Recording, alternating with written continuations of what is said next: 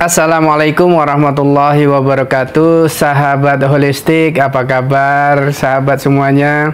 Semoga dalam keadaan sehat walafiat, dan yang sedang diuji oleh Allah dengan sakit, semoga Allah angkat penyakitnya dan sembuhkan penyakitnya. Kita kali ini akan membahas satu topik ya, berkaitan dengan jadikan makanan sebagai obat dan jangan jadikan obat sebagai makanan. Nah, ini kan kita sering mendengar istilah ini. Nah, untuk lebih jelasnya, bagaimana sih antara perbedaan antara makanan dan obat seperti itu. Nah, terus bagaimana kita mengaplikasikannya dan bagaimana? Nah, makanan itu berkaitan dengan keseimbangan antara yin dan yang. Nah, antara makanan yang dingin dan makanan yang hangat itu sangat berbeda, pengaruh sekali terhadap kondisi tubuh kita. Bagaimana ketika kondisi kita panas, maka kita disarankan untuk makan makanan yang dingin. Contohnya, kita bisa minum teh green santimun dan juga bisa didinginkan dengan buah-buah yang dingin, seperti itu. Dan ketika badan kita dingin, maka dihangatkan dengan apa? Dengan makanan-makanan yang hangat. Jadi makanan itu bisa ditambah dengan jahe ataupun makanan yang hangat lainnya. Di dalam kesehatan holistik diperlukan yang namanya pencegahan sebelum pengobatan, ataupun lebih baik mencegah daripada mengobati.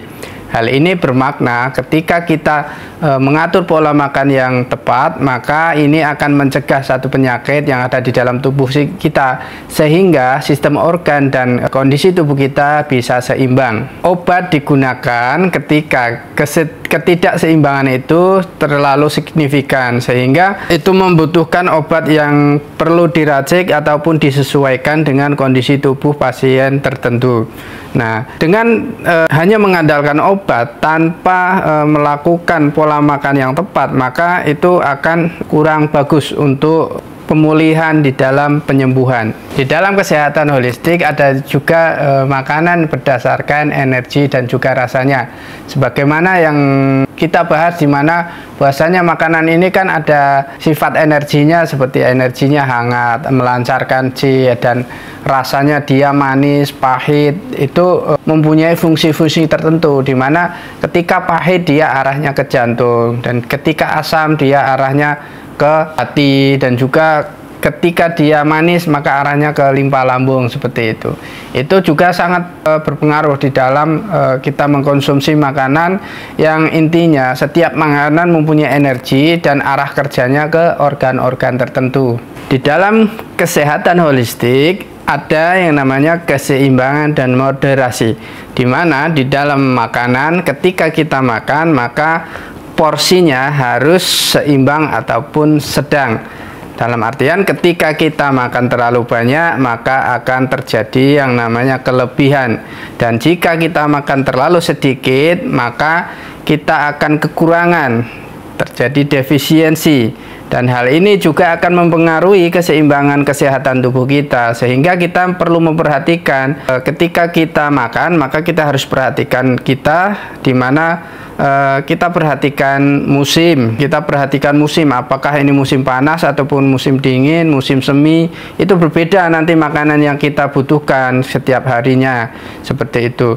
Dan ketika kita melihat usia kita ataupun kondisi kesehatan kita, maka kita harus menyesuaikan kesehatan kita dan juga usia kita, apakah itu mempengaruhi berdasarkan usia. Nanti untuk usia yang balita, remaja, dewasa, dan manula juga berbeda. Bagaimana menjadikan pola makanan yang itu disesuaikan dengan usia, seperti itu. Dan makanan ini ternyata di dalam TCM ataupun kesehatan holistik sangat berpengaruh sekali terhadap qi ataupun energi, di mana ketika kita salah dalam makanan ataupun kita terlalu dominan pada makanan tertentu, maka akan mengganggu sirkulasi energi dan juga bagaimana energi itu dapat berputar di seluruh tubuh kita. Nah, ini ketika kita makanan itu kurang, maka akan terjadi yang namanya stagnasi energi. Dan contohnya ketika kita kurang makan dengan zat besi ataupun kita kekurangan energi, maka kita ada yang namanya bayam dan juga hati ayam. Hal ini bisa digunakan ketika kita mengalami yang namanya anemia ataupun kekurangan darah seperti itu.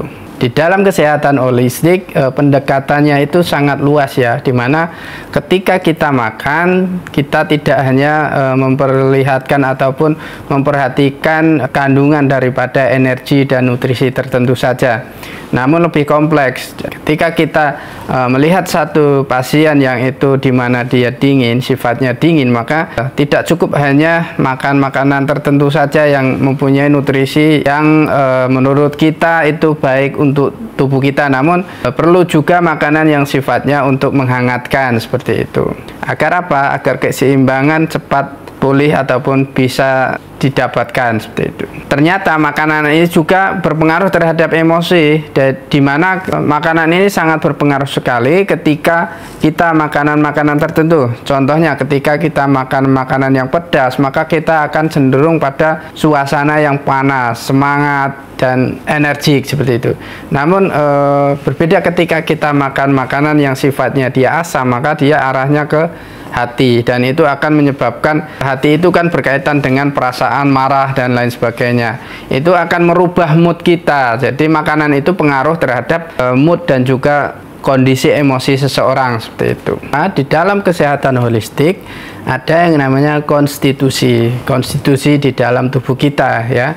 Ketika kita tubuhnya dingin, maka kita tidak dianjurkan untuk makan makanan yang dingin dalam jumlah yang banyak, ataupun kita menyingkirkan dulu makanan-makanan yang sifatnya dingin seperti mentimun, krisantimun dan lain sebagainya. Agar apa? Agar tidak bertambah dingin. Dan ketika kita maka kondisi tubuh kita panas, kita banyak energi, maka kita harus ataupun menghindari makanan-makanan yang sifatnya panas seperti cabai, makanan-makanan yang dia sudah banyak energi seperti daging merah seperti. Maka ketika kita sudah panas, maka kita diseimbangkan dengan makanan yang dingin seperti itu. Dan begitu juga ketika kita sedang lemah ataupun defisiensi, maka kita makan makanan yang sifatnya apa? Tonifikasi. Jadi untuk menambah energi di dalam tubuh kita, darah kita, seperti itu, agar apa? Terjadi keseimbangan di dalam tubuh kita.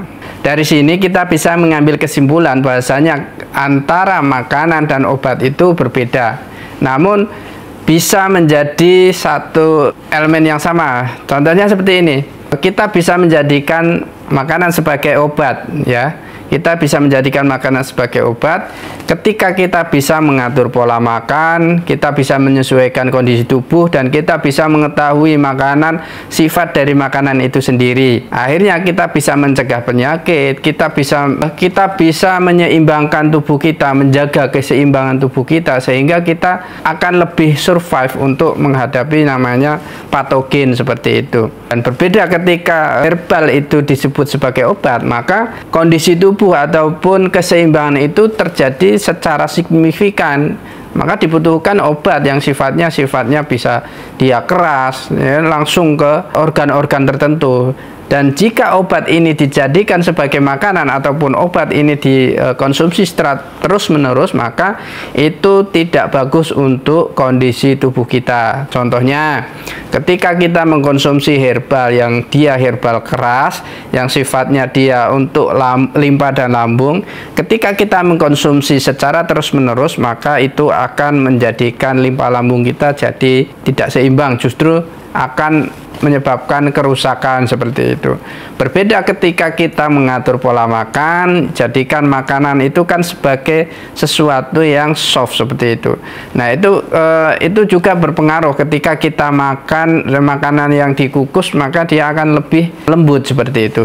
Dan ketika kita makan dengan makanan yang digoreng ataupun makanan yang dibakar, itu akan lebih panas. Ketika kita digoreng akan lebih panas dan pengaruh pada hati.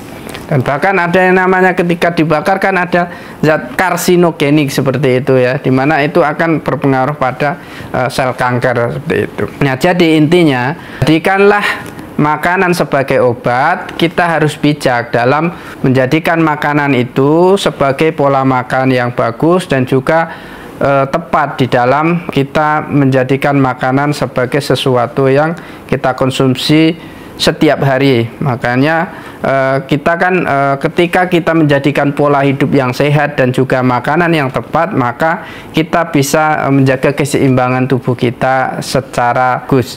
Nah, di sini ketika terjadi satu tidak seimbang secara signifikan, kita membutuhkan yang namanya obat, dan obat tidak disarankan untuk dikonsumsi dalam jumlah ataupun dalam waktu yang sangat lama. Karena makanan itu kan bervariasi. Jadi makanan itu disesuaikan dengan kondisi tubuh, usia, musim, dan disesuaikan dengan bagaimana pola hidup kita dan pola makan yang tepat seperti itu. Nah, sahabat, itu adalah penjelasan bagaimana kita menjadikan makanan sebagai obat dan jangan jadikan obat sebagai makanan. Silakan apabila ada yang mau berkomentar untuk ketik di kolom komentar, dan terima kasih dari saya. Wassalamualaikum warahmatullahi wabarakatuh.